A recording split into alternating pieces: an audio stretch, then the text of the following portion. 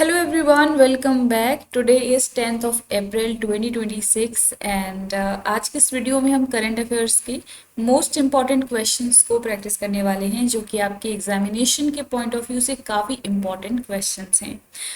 Video में and तक बनी रहिएगा, इन क्वेश्चंस को प्रैक्टिस कीजिए एंड अपना स्कोर कमेंट बॉक्स में ज़रूर बताइएगा। ये क्वेश्चंस आपके एग्जामिनेशन के लिए बहुत ज़्यादा इम्पॉर्टेंट रहने वाले हैं। आज का हमारा फर्स्ट इम्पॉर्टेंट क्वेश्चन है, the joint military exercise Cyclone is recently held between which two countries. हाल ही में किन दो देशों के बीच संयुक्त सैन्य अभ्यास साइक्लोन आयोजित किया गया था? तो इसका करेक्ट आंसर हो जाएगा ऑप्शन सी। अभी हाल ही में इंडिया एंड इजिप्ट के बीच में एक मिलिट्री एक्सरसाइज कंडक्ट करवाई गई जिसका नाम है साइक्लोन। तो काफ़ी इम्पॉर्टेंट ये एक मिलिट्री एक्सरसाइज है। अभी इंडियन आर्मी ने एक टुकड़ी है सेना की, उसको इजिप्ट भेजा है पार्टिसिपेट करने के लिए इस एक्सरसाइज में। और ये कौन सा एडिशन है? ये 4th एडिशन है।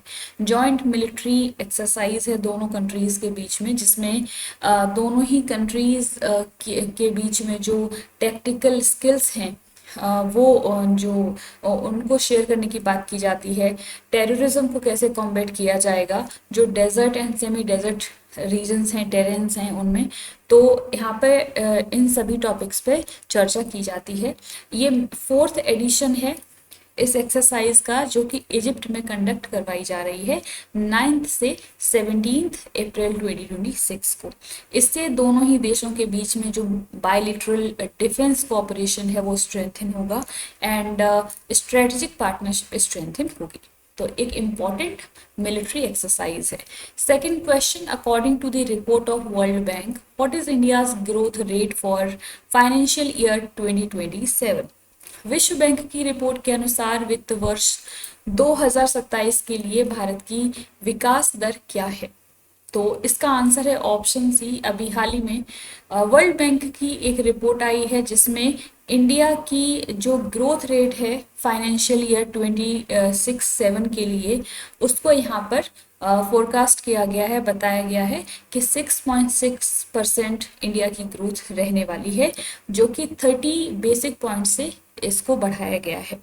एंड वर्ल्ड बैंक के बारे में अगर हम बात करें तो वर्ल्ड बैंक ग्रुप एक यूनिक ग्लोबल पार्टनरशिप है 189 मेंबर कंट्रीज की, जो कि जो डेवलपिंग नेशंस हैं उनको टेक्निकल असिस्टेंस प्रोवाइड करना, पॉलिसी एडवाइस, फाइनेंशियल जो मैटर्स हैं उन पर ये बात करता है ग्रुप। और पॉवर्टी को कम करने के बारे में यहाँ पे फोकस किया जाता है और किस तरीके से शेयर्ड प्रोस्पेरिटी को बढ़ाया जा सकता है ग्लोबली, इस बात पे यहाँ पे चर्चा की जाती है। और ये जो ग्रुप है इसमें 5 स्पेशलाइज्ड इंस्टीट्यूशंस हैं और इसको जो ब्रिटेन वुड्स कॉन्फ्रेंस हुई थी 1944 में, वहाँ पर इसको सबसे पहली बार इसकी फाउंडेशन रखी गई थी, इसको फॉर्म किया गया था इस ग्रुप को। Next important question, recently who has been appointed as US Governor's Chair for the research roles in USA? हाल ही में अमेरिका में अनुसंधान भूमिकाओं के लिए अमेरिकी गवर्नर चेयर के रूप में किसे नियुक्त किया गया है? तो इंडियन ओरिजिन के ये साइंटिस्ट हैं दीप जरीवाला। इनको अभी हाल ही में यूएस में जो यूएस गवर्नर चेयर की जो पोस्ट है, पोजीशन है, काफ़ी ये रिस्पेक्टेड पोजीशन है यूएस में, उस पर इनको नियुक्त किया गया है। और इनका काम क्या रहेगा कि जो क्वांटम डिवाइसेस हैं, क्वांटम टेक्नोलॉजी है, उसमें रिसर्च करना इनका मेन टास्क रहेगा। तो रिसर्च रोल दिया जाएगा यूनाइटेड स्टेट्स में, किसको? दीप जरीवाला को। इंडियन ओरिजिन साइंटिस्ट हैं ये, तो इस नाम को आप लोग याद रखें। और ये जो पोजीशन है इनको कब मिलेगी? जनवरी 2027 में मिलेगी।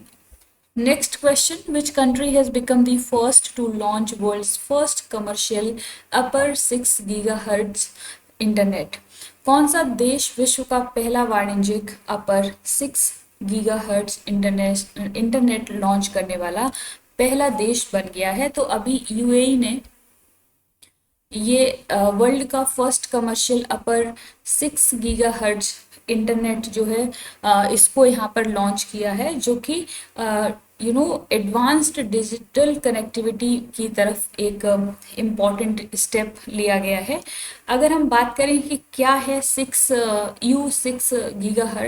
तो ये अपर 6 GHz एक ग्लोबल स्पेक्ट्रम इसको माना जाता है। एक तरीके से ये specific radio frequency spectrum range होती है 6,425 से 7,125 जो मेगा हर्ट्ज की जो फ्रीक्वेंसी है उसके बीच में ये काम करता है। और इसको यूज़ किया जाता है high capacity low latency and 5G advanced and future 6G communication के लिए इस फ्रीक्वेंसी को, इस बैंड रेंज को यूज़ किया जाता है। जो स्पेक्ट्रम बैंड है इसको यूज़ किया जाता है। अगर हम सिंपल वर्ड्स में कहें तो इसका मतलब ये है कि जो लोग हैं वो एक साथ इंटरनेट को यूज़ कर सकते हैं, स्लो डाउन नहीं होगा और स्पीड बढ़ जाएगी इंटरनेट की। कोई भी किसी भी तरीके का जो हैवी डेटा ट्रैफिक है उसको हैंडल किया जा सकता है और डेटा फास्ट हो जाएगा काफ़ी।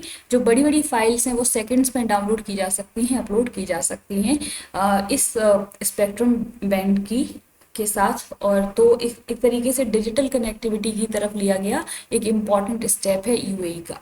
ठीक है। और ये जो नेटवर्क है यूएई का नया नेटवर्क, ये काफ़ी फास्ट है, पावरफुल है और इसमें ये बात की जा रही है कि जब भी कोई फाइल डाउनलोड की जाएगी तो उसकी speed up to 10 gigabits per second होगी और अपलोड की जो स्पीड है वो कितनी होगी 1 gigabits per second. Next question, Strait of Hormuz is seen in news recently. Which of the following countries are connected with Strait of Hormuz? हाल ही में हॉर्मुज जलद मरुमध्य खबरों में छाया हुआ है। निम्नलिखित में से कौन सा देश हॉर्मुज जलद मरुमध्य से जुड़ा हुआ है? तो इस आपको बताना है कि जो स्ट्रेट ऑफ हॉर्मुज है उससे कौन कौन सी कंट्रीज अपना बॉर्डर शेयर करती हैं, कौन कौन सी कंट्री टच होती हैं।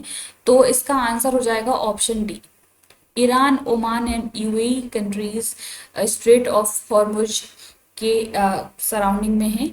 इस इमेज में आप देख सकते हैं ईरान नॉर्थ में है एंड यूएई एंड ओमान ये साउथ में है, दोनों कंट्रीज। तो इस तरीके के जो मैप से रिलेटेड क्वेश्चंस होते हैं वो भी आपके एग्जामिनेशन के लिए काफ़ी इंपॉर्टेंट हैं, पूछे जाते हैं। अगर हम बात करें कि स्ट्रेट ऑफ हॉर्मुज जो है वो क्या है, तो एक तरीके से ये एक नैरो वाटर वे है और किस किस के बीच में, ईरान ओमान के बीच में, जो कि पर्शियन गल्फ को gulf of Oman and Arabian sea से कनेक्ट करता है। आप लोगों के लिए टास्क है कि आप लोग इसके मैप, इसको जो ये स्ट्रेट ऑफ हॉर्मुज है इसको मैप में ज़रूर देखिएगा। ये भी चर्चा में क्यों है, क्योंकि ऐसा माना जाता है कि जो स्ट्रेट ऑफ हॉर्मुज है वो one of the busiest oil routes माना जाता है वर्ल्ड में। तो ये यहाँ पर जो शिप का मूवमेंट होता है उसको इंश्योर करने के लिए अभी बहरीन के द्वारा एक रिजोल्यूशन को प्रेजेंट किया गया था यूनाइटेड नेशन सिक्योरिटी काउंसिल में कि ये जो रूट है इसको यहाँ पर शिप का फ्रीली मूवमेंट हो सके, उसको इंश्योर किया जाए। तो इस प्रपोजल को 11 कंट्रीज ने सपोर्ट कर दिया था, लेकिन रशिया और चाइना ने इसके अगेंस्ट में जो है एक वीटो पावर का यूज़ किया है ताकि ये जो प्रपोजल है इसको मंजूरी नहीं मिल पाए, इसलिए ये चर्चा में है। स्ट्रेट ऑफ हॉर्मुज तो काफ़ी इम्पोर्टेंट हो जाता है और अगर ये बंद हो जाता है रूट तो ये जो ग्लोबल लेवल पर जो ऑयल प्राइसेस हैं वो अफेक्ट होंगी, सप्लाई चेन अफेक्ट होगी और ग्लोबली वर्ल्ड वाइड इकोनॉमीज इससे इम्पैक्ट होंगी, एडवर्सली इम्पैक्ट होंगी। तो इसलिए ये काफ़ी इंपॉर्टेंट है स्ट्रेट ऑफ हॉर्मुज। आपके लिए इम्पॉर्टेंट है कि आपको इसकी लोकेशन पता होनी चाहिए कि कौन कौन सी कंट्रीज़ के बीच में है और कौन सी वाटर बॉडी को ये किससे कनेक्ट कर रहा है।